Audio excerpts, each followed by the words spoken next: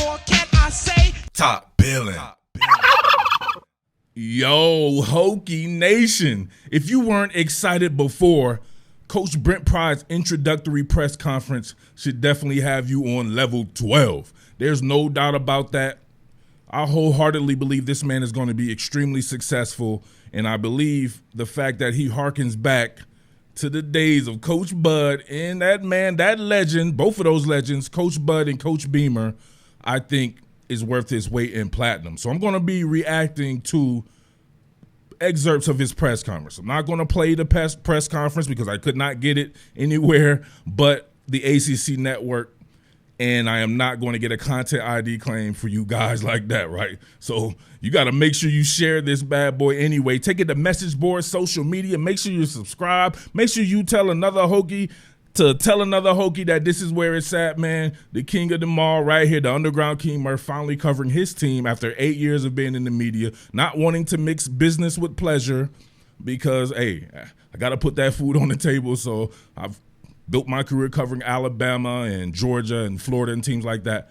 But I'm here now, and it couldn't be at a better time because I believe moving forward, Coach Pry is definitely the man for the job. And if you saw my coverage the past couple of weeks and all the coaches that I wanted, it all had a Penn State theme to it, right? Several Penn State coaches, I've said this several times. Hopefully you guys have been following around. For you, those who are new, got to refresh you. Penn State like a cousin team to me. I love how they operate there. I love Coach Franklin. That was my number one choice to be the Virginia Tech coach. Obviously, that was a long shot at best, and I said that. But the next best thing is to have his right-hand man, Coach Pry, who learned from that man any and everything. And I can just tell in his presser, man, he exudes a lot of what Coach Franklin definitely exudes as well, and he learned from that man, and I think that man is the best. Maybe not to be the best X's and O's guy, but he's a guy who understands how to coach other coaches, and coaching a guy like Brent Pry, who is a dynamic X's and O's guy, that guy being able to reach into the James Franklin in himself and being able to combine all that, man, makes him very much like a Coach Beamer, right? So obviously not saying he's going to have the success of Coach Beamer. Hopefully he does, or hopefully he exceeds Coach Beamer's success. But it takes a lot more than that to be fucking Coach Beamer, baby, because that man is a legend among legends, all right?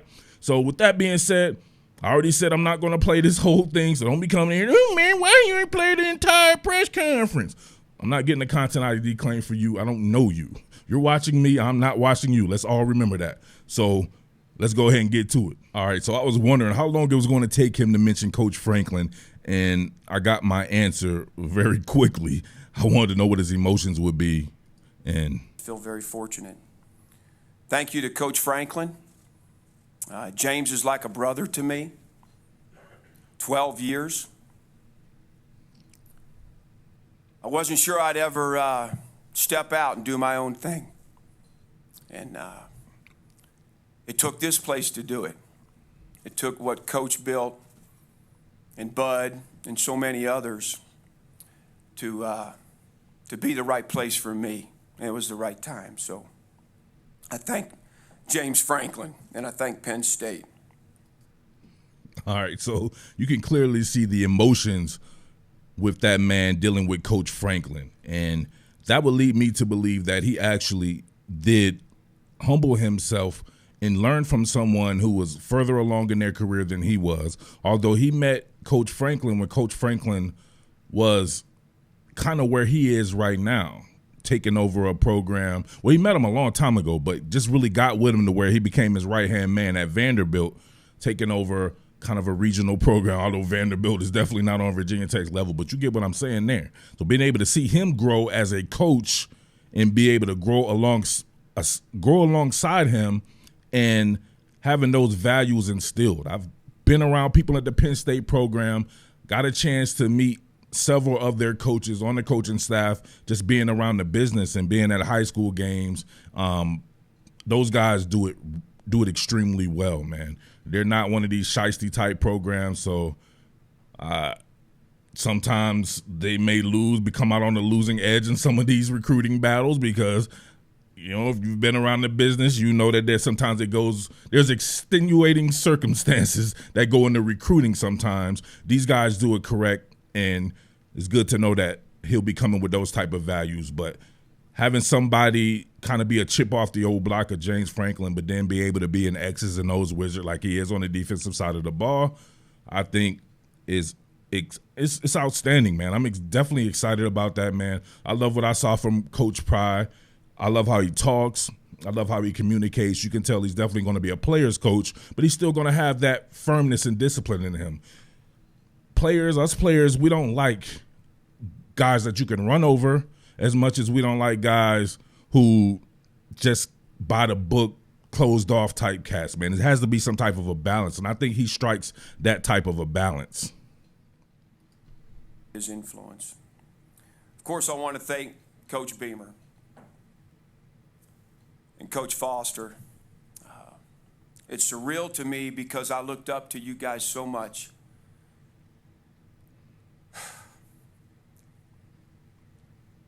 The admiration I have for you guys. I appreciate you being here today and support me in this venture.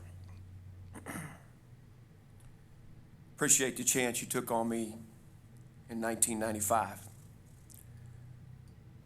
So that's pretty self-explanatory there. Like I said, harkening back to those days, 1995, where was the program at then? It was just about to really get popping with my man Jim Druckenmiller and all those guys back then. That's when shit was straight lit. And, of course, it culminating into what it is now. Not necessarily right. Everybody wants to stop the program at the national championship game and stuff like that. Program continued to go on past that. Coach Beamer built something to me that's lasting. Being able to get somebody who can draw in on those experiences back then when they were really building it from the ground up there, and then learning under Coach Bud, implementing a lot of the things that he did, and being a chip off the block of him as well. So you get the mix. That is the X's and O's portion of him right there. And not going to come from James Franklin. That's not James Franklin's deal right there. James Franklin kind of like an Urban Meyer. I mentioned that before. He coaches, he motivates, he recruits better than everybody else out there. That's the stuff you being around it. But then being around a Coach Bud as well, where you get them X's and O's, one of the best X's and O's guys in the history of the sport. So. And, of course, what you get from Coach Beamer, who's very much coaches, and is a great talker and motivator as well. Fantastic. My philosophy, I've been asked that a couple of times here recently. My vision, learned this from Coach. We're gonna hire the right people. We're gonna recruit the right people that want to be at Virginia Tech. We're not going to twist the truth. We're not going to play games. We're going to tell them what this place is all about and what's so special about it. And if it's not for them, it's not for them.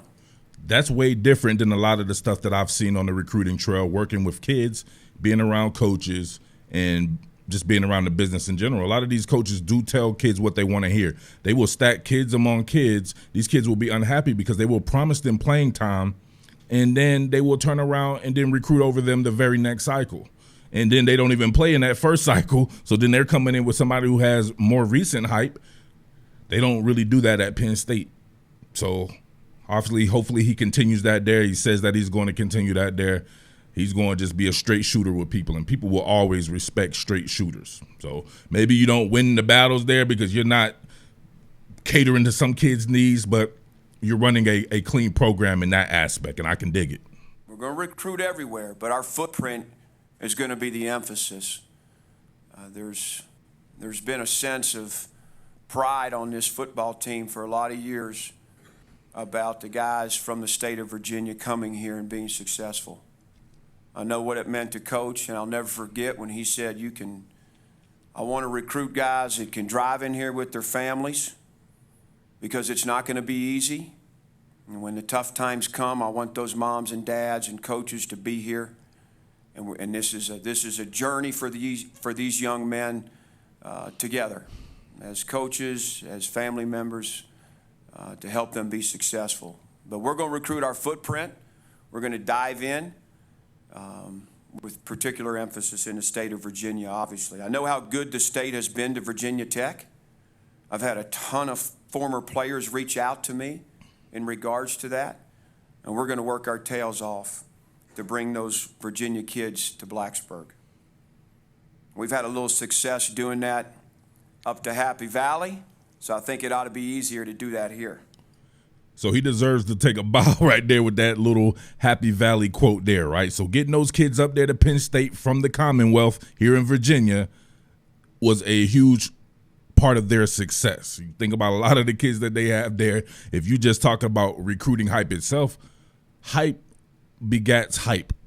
So you start chaining in these 5-star kids like Brandon Smith up there or a Devin Ford. These other kids start to see that and talk like, oh, man, Penn State's not a bad place to go. You got James Franklin there. He's cool. You got some cool uniforms and some history to the team, and they're doing these type of things, and got the quarterback Trace McSorley out of the state of Virginia, and dozens of other players as well. So Ellis Brooks, all these kids that I've named over the past however many episodes that I've done this Hokie Talk stuff. So he said it should be easier to get them to Blacksburg. You got to give them something they can feel, like in Vogue, right? You got to make sure you're out there winning on that field. There's no doubt about it. You got to create that culture to where it looks cool again to go to Virginia Tech. We have the best uniforms in the entire sport. We have some of the dopest players in the history of the sport. Obviously, everybody knows Michael Vick, but even beyond him. We were talking in my Discord and stuff about guys like Cam Chancellor, what they would mean to the program if some of these kids could get in front of him.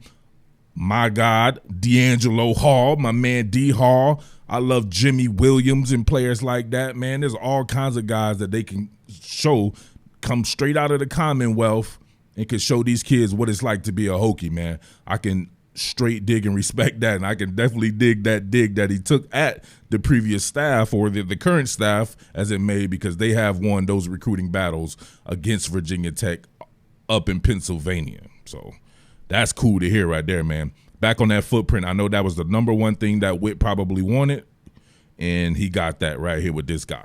You're known for your aggressive mentality on defense with your play calling. And looking I wonder where I got that from, bud.